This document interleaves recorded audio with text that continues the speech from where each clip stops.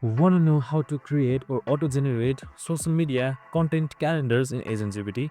So this kind of agent is super useful for yourself in order to create a calendar which helps you in posting or checking out your channel or social media accounts.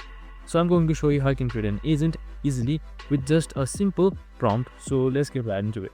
Now first things first is simply open up your AgentGPT website. So we have also created some of the videos regarding AgentGPT, so make sure to watch it, which is on our channel. So once everything is done, just simply head on to your homepage where you should be on the AI agent deployment tab, and then just simply type in anything for the name, and for the prompt just simply paste this. Now right here you can just simply see our goal. So just simply type in a niche or a topic that you want, and then just simply select run. And as you can see right here, your AI agent generation is already running. Now you can just simply go through it, and after the execution you can just simply use it. And that's it. I hope this video helped. If it did, make sure to like, subscribe, and tune in with us for more of these videos.